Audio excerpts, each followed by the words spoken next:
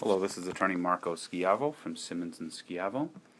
Financial planning and estate planning go hand in hand. If you think about it, you start your first job and you open up a checking account and then you save some money and open up a savings account or CD. And then from there you may open up a mutual fund and you hire a financial advisor who helps your money grow and helps you plan for retirement.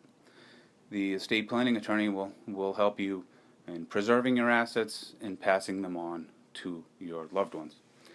So I have with me today Mr. Dan Wilson from the GW Group. He is an excellent financial advisor. He will be speaking a little bit about retirement and first savings for college and also about retirement. Dan, welcome to the show. Well, thank you, Marco, for having me.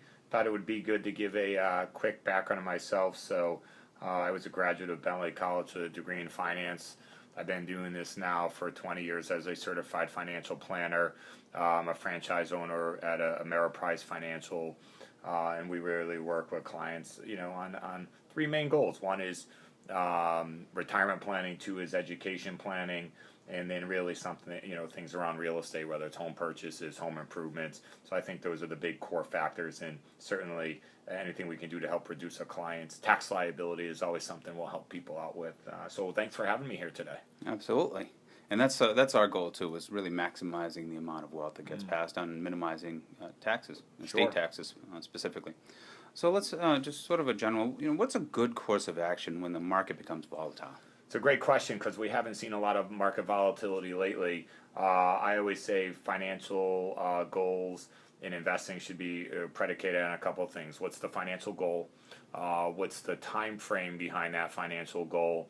And then what risk are you willing to take? And in a good market, people tend to want to take on more risk. In a bad market, they want to take on less.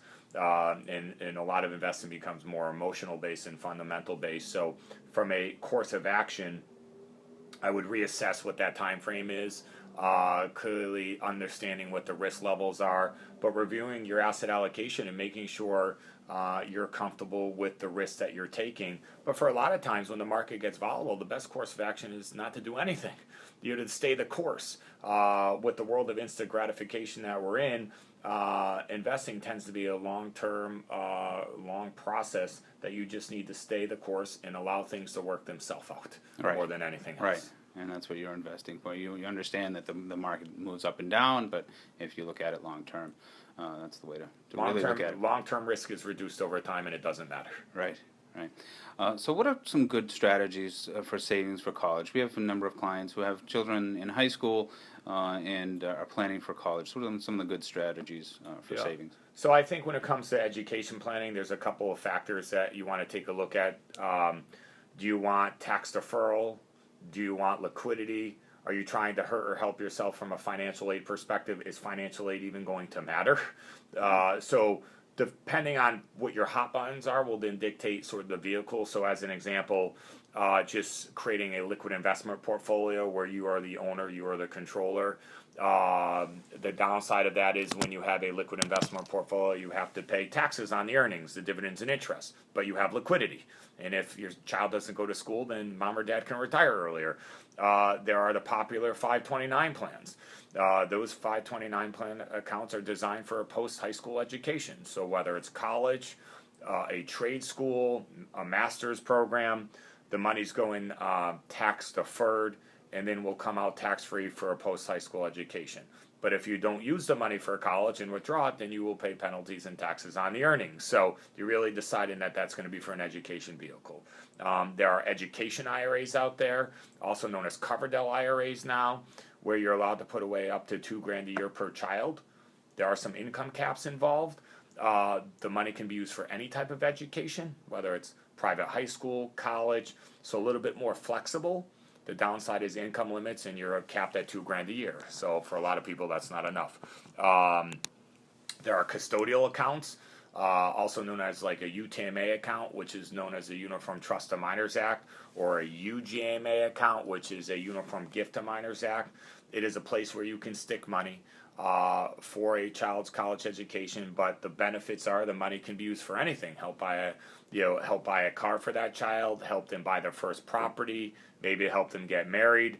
But there are some nuances around the tax code in regards to the tax liability involved, as there's earnings on those accounts. And at age 21 in Massachusetts, the child has a legal right to those assets. So there are some things you need to be aware of, right? So I do think positioning of assets, like you can use IRAs or Roth IRAs for a child's college education. The benefit is it's looked at as a retirement asset, not an education asset. So it really comes down to what your priorities are. Right, and that's something that we see all the time is people sort of planning for college, but also thinking about their retirement. Sure. And so if we could address that a little bit, planning for retirement, how much money do I need to save in order to retire at that target age of 65? Yeah, so there's a delicate balance, right? So as we transition from education planning to retirement planning, the one comment that I always make is I've yet to see in my 20-year career a child pay for their parents' retirement. So if you don't do the right things financially, you just don't retire. There's no such thing as taking a loan for your retirement, where Johnny can take out the loan for school and have 40 years to pay it off, and nobody says mom and dad can't help them. But when it comes to retirement, the question I do get asked a lot is, how much do I need?